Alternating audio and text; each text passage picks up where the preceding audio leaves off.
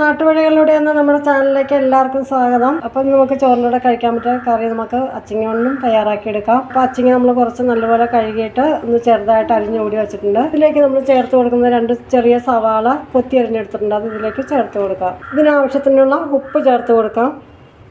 കുറച്ച് വെളിച്ചെണ്ണ, ഒരു 1/4 ഗ്ലാസ് വെള്ളത്തോളം നമ്മൾ ഇതിലേക്ക് ഒഴിച്ചു കൊടുക്കുന്നുണ്ട്.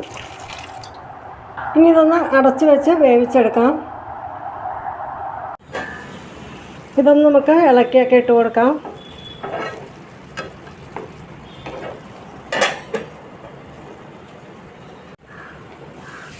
ഇവിടെ അച്ചിങ്ങ സവാളയൊക്കെ നല്ലപോലെ വെന്ത് അതിൽ വെള്ളമൊക്കെ വറ്റിയിട്ടുണ്ട്.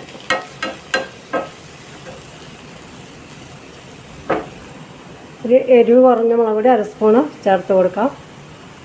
നമ്മളിതിലേക്ക് എരിവിനായിട്ട് ചില്ലി ഫ്ലേക്സ് ആണ് ഇട്ടേക്കണത്. നമ്മുടെ ഇടിമുളക് അതൊരു 2 എണ്ണം ഇടിച്ച് ചേർത്ത് കൊടുത്തിട്ടുണ്ട്. അപ്പോൾ എരിവ് കുറഞ്ഞ മുളക് പൊടിയാണ് നമ്മൾ ആദ്യം ചേർത്തത്. ഇതിലേക്ക് ഒരു പിടി തേങ്ങയും കൂടി ചേർത്ത് കൊടുക്കുക. നല്ലതുപോലെ മിക്സ് ചെയ്യാം.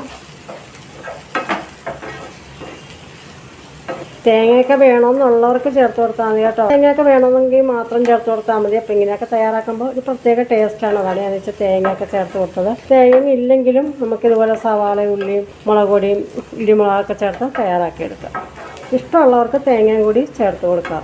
നമുക്കൊന്ന് നിരത്തി കൂടി ഇട്ട് കൊടുത്ത് അതിൻ്റെ ലേശം വെള്ളമൊക്കെ ഉണ്ട്, അതൊക്കെ ഒന്ന് വലിയാനായിട്ട് ഇട്ട് കൊടുക്കുക.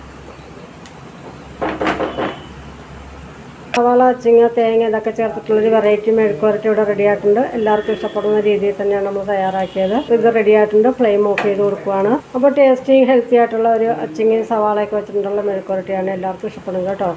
അപ്പോൾ നമ്മുടെ വീഡിയോ ഇത്രയും ഇഷ്ടപ്പെട്ട് കഴിഞ്ഞാൽ നിങ്ങളുടെ ലൈക്കും കമൻറ്റൊക്കെ ഉണ്ടാകണം. അപ്പോൾ ഓക്കെ, മറ്റൊരു വെറൈറ്റി വീഡിയോ ആയിട്ട് നമുക്ക് ഉടനെ വരാം. Bye, thank U.